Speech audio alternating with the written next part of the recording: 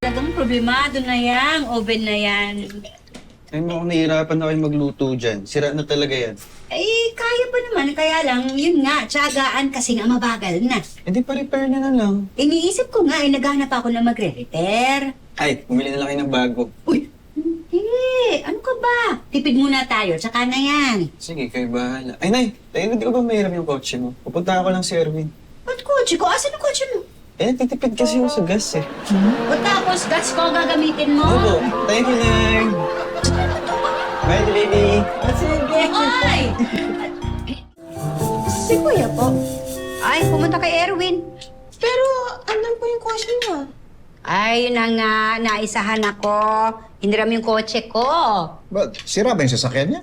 Hindi, gusto raw makatipid. Ay, yun nga po, Naitay. Kasi na nakaraan, kunwari pagdadrive ako, pero ilalakad niya pala yung lalakarin niya, tapos hinihiram na naman yung kotse ko. Di ko nga pinahiram. Eh, mahal nga kasi ang gasolina, kaya siguro nagtitipid. Grabe naman pagtitipid yun. Nakikisabay na lang, hindi na ginagamit yung kotse niya. Hindi ko nga maintindihan sa batang yan. Kumikita naman sa Instaburger at saka dun sa delivery, di ba? Baka may pinag-iipunan. Pero sobra naman yun, Tay. Hindi, sige, hayaan nyo. Ako nang bahala. Kakausapin mo. Basta.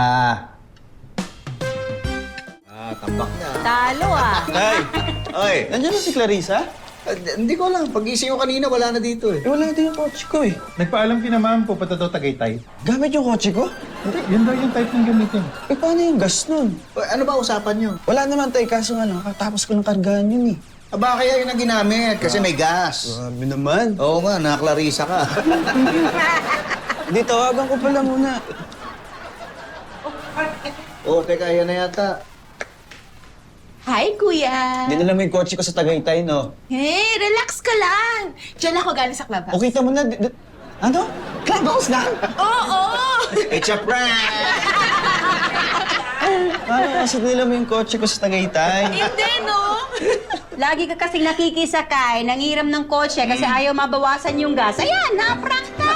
Eh, kasi Nay, nag-iipon ako eh. O, yan ka na naman sa ipon mo. Ano ba pinag-iipunan mo? Eh kasi Tay, nagpa-deliver ako. Nang ano? Oh, yan na yata yung delivery. Nay, tara. Sama niyo. Halika, halika. Tara, tara. Ano ba yun? Halika, Nay. Oh, wait lang, Nay. Pasok pa, pasok. Pasok. Oh.